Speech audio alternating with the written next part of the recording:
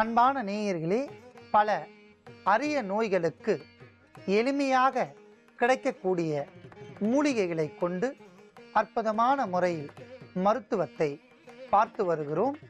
மேலும் அரிய நோய்களுக்கும் பல்வேறு வகையான மூலிகை பொருட்களை கொண்டும் மருத்துவத்தையும் பார்த்து வருகிறோம். அந்த வகையில் இன்று நாம் பார்க்க போகின்ற மருத்துவம் இரத்த சோகை என்ற நோய்க்கான மருத்துவத்தை பார்க்க போகின்றோம். நாம் இடைவேளைக்கு முன்பாக ஆஸ்துமா நோய் ஏற்படுவதற்கான காரணங்கள், அதை போக்கிக் கொள்வதற்கான எளிமையான வழிமுறைகள், முற்றிலும் நீக்கிக் கொள்வதற்காக நாம் எடுத்துக்கொண்ட சுக்கை பற்றி பல்வேறு வகையான மருத்துவ பயன்களை தெரிந்து கொண்டோம்.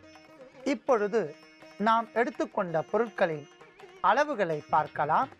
சுக்கு 25 கிராம், தனியா 10 கிராம், சீரகம் 10 கிராம், தேங்காய் பால் 25 மில்லி, பனங்கருப்பட்டி தேவையான அளவிற்கு. அத்தனை பொருட்களையும் தனித்தனியாக எடுத்து வைத்துள்ளோம். இதில் தேங்காய் பால், கருப்பட்டியை தவிர்த்து அத்தனை பொருட்களையும் ஒன்றாக அரைத்து தூளாக்க வேண்டும். அவ்வாறு அரைத்தெடுத்த பொடியை பார்க்கலாம். இப்பொழுது அரைத்தெடுத்த பொடியை கொண்டு ஆஸ்துமா என்ற நோயும் தலைவலியும் நீக்குவதற்கான மருந்து ஒன்றை செய்ய போகின்றோம். அதற்காக 100 மில்லி நீரை நன்றாக காய்ச்சவும்.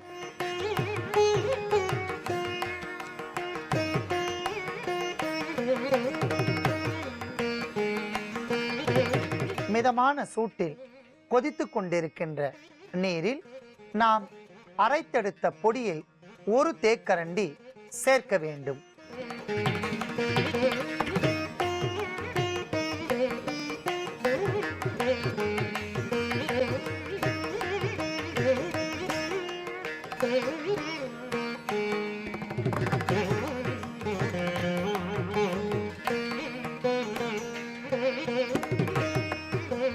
அற்புதமான முறையில் கொதித்து கொண்டிருக்கின்ற இதில் நாம் கருப்பட்டியை தேவையான அளவிற்கு சேர்க்கவும்.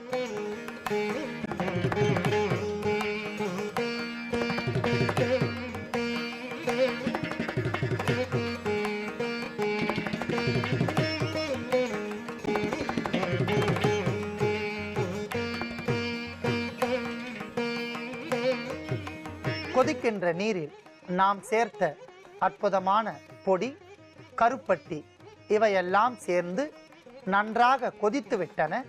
அதை நாம் வடிகட்டி எடுத்துக்கொள்ளலாம்.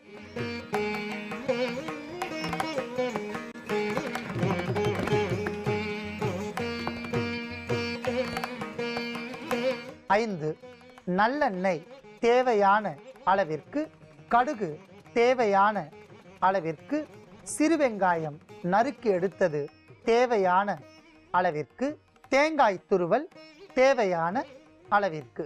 அத்தனை பொருட்களையும் அளவுகளின்படி எடுத்து வைத்துள்ளோம்.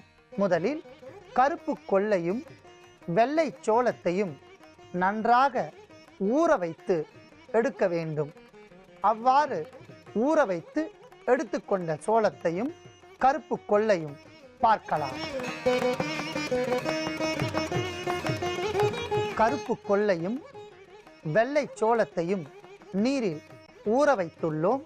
இதை நன்றாக வேக வைக்க வேண்டும்.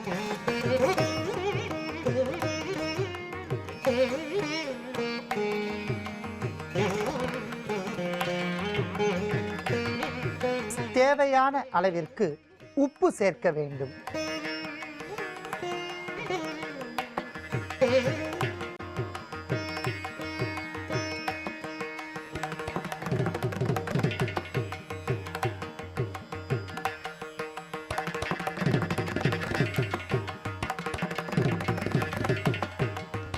நீரில் நாம் சேர்த்த கருப்பு கொள்ளும் வெள்ளை சோளமும் நன்றாக வெந்துவிட்டன. அந்த நீரை எல்லாம் வடிகட்டி சோளத்தையும் கருப்பு கொள்ளையும் தனியாக எடுத்துக்கொள்ளலாம். வேக வைத்து எடுக்கப்பட்ட இதை சுண்டலாக நாம் செய்ய போகின்றோம். அதற்காக வாணலில் சிறிது நல்லெண்ணெய் விட்டு காய்ச்ச வேண்டும்.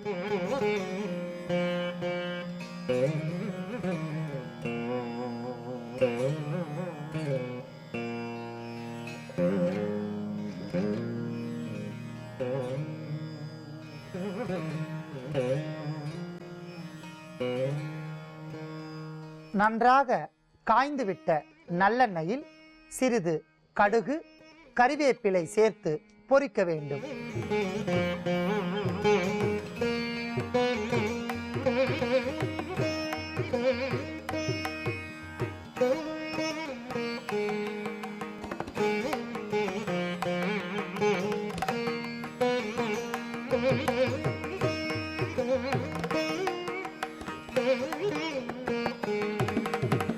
அடுத்ததாக காய்ந்த மிளகாயை சேர்க்கவும்.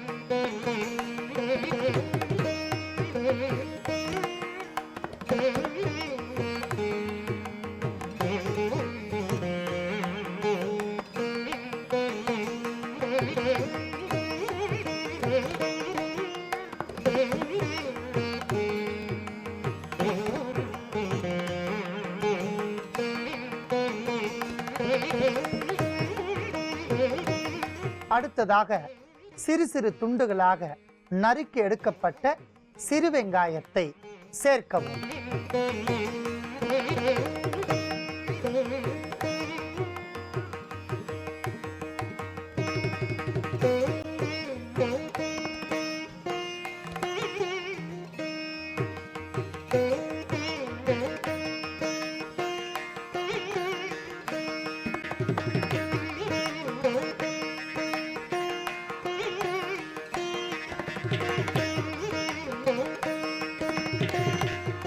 நாம் சேர்த்த அத்தனை பொருட்களும் பொன்னிறமாக வதக்கப்பட்டன. இத்துடன் நாம் வேக வைத்து எடுத்துக்கொண்ட கருப்பு கொள்ளு, வெள்ளை சோளத்தை சேர்த்து வதக்கவும்.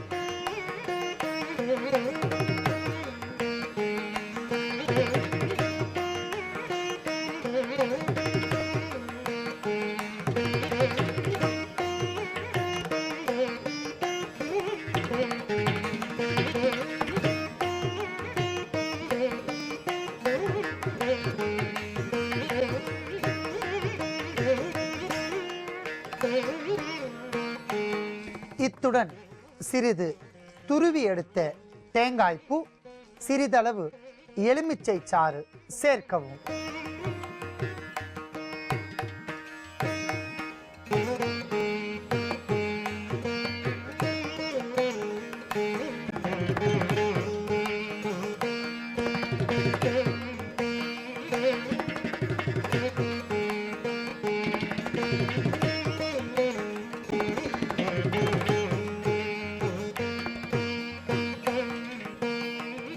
அன்பான நேயர்களே, நாம் சேர்த்த அத்தனை பொருட்களும் நன்றாக வெந்து சுண்டலாக தயார் செய்து விட்டோம். அதை நாம் எடுத்துக்கொள்ளலாம்.